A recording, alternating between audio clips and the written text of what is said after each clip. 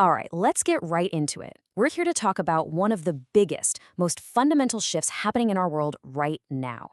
You see, we are moving from a civilization that was built from the ground up on the idea of scarcity to one that's going to be defined by abundance. And getting your head around this transition, well, that's the key to understanding pretty much everything about our future. This quote right here, it absolutely nails the core problem. It's not about technology. We already have the tech for a world of abundance, in energy, in food, in information, you name it. The real bottleneck? It's us. It's our systems, our institutions, our way of thinking. They're all lagging behind what we're capable of. It's a maturity problem. You know, all the major crises we're facing today, economic meltdowns, climate chaos, you can really understand them as a giant software bug. It's like our whole civilization is running on an ancient operating system. Let's call it day 2, and it's just completely incompatible with the 21st century hardware we've built. Now, don't get me wrong, this day 2 operating system was a masterpiece for its time. It was designed for a world where everything, energy, food, information, was genuinely hard to come by. It organized us around competition and extraction, and honestly, it worked pretty well. But the world it was built for, that world is gone. Okay, so let's dig into this, because this is where it gets really interesting. The day 2 system doesn't just manage scarcity, it actually needs it to work. Its entire logic is built on the idea that there's not enough to go around. And that creates a really dangerous paradox for us today. So here, you can see the two worldviews in direct conflict. On the left, you've got our current setup. We use markets for everything, which means some people get left out. That's a feature, not a bug. And your very survival is tied to having a job. But the logic of abundance, it flips that completely on its head. It says essentials should be like public utilities, that access should be the default for everyone. These two logics just can't exist in the same space. The economic earthquake shaking the foundations of that old system is this idea of near zero marginal cost. Just think about it for a second. The industrial age was all about high costs. Every new car, every ton of steel cost a lot to make. But today, once you've built a solar farm, the cost of producing one more unit of energy is basically nothing. It's free. Same with software. This one simple fact completely breaks the logic of markets built on scarcity. And this table lays out the core paradox perfectly. Our most important systems, our markets, our labor model, they are fundamentally designed for scarcity. They actually start to fail when things get too cheap and too abundant. I mean, how does a market work when the price of something is zero? How does the old labor model hold up with mass automation? This is the root cause of so much of the friction and instability we feel today.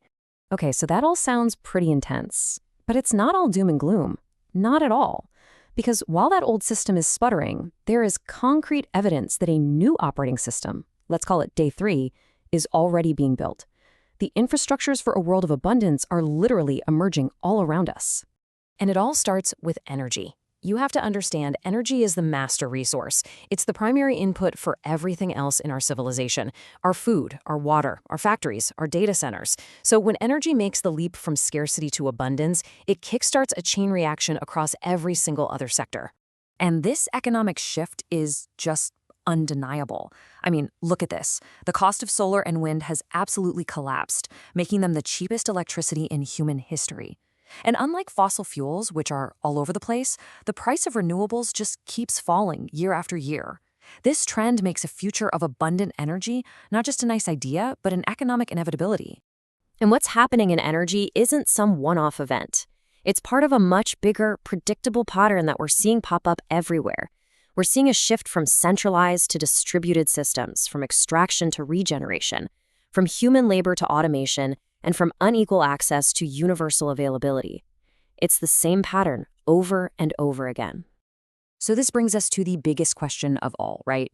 If the old system is on its way out and a new one is already starting to emerge, what does that new system actually look like?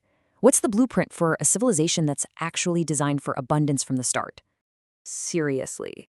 If markets designed for scarcity literally can't handle abundance, what's the alternative? What do we build next? The answer, we believe, is what's called the utility economy. This is the blueprint for that mature, abundance-based civilization. In this model, the things we all need for a good life, energy, food, water, are treated like public utilities.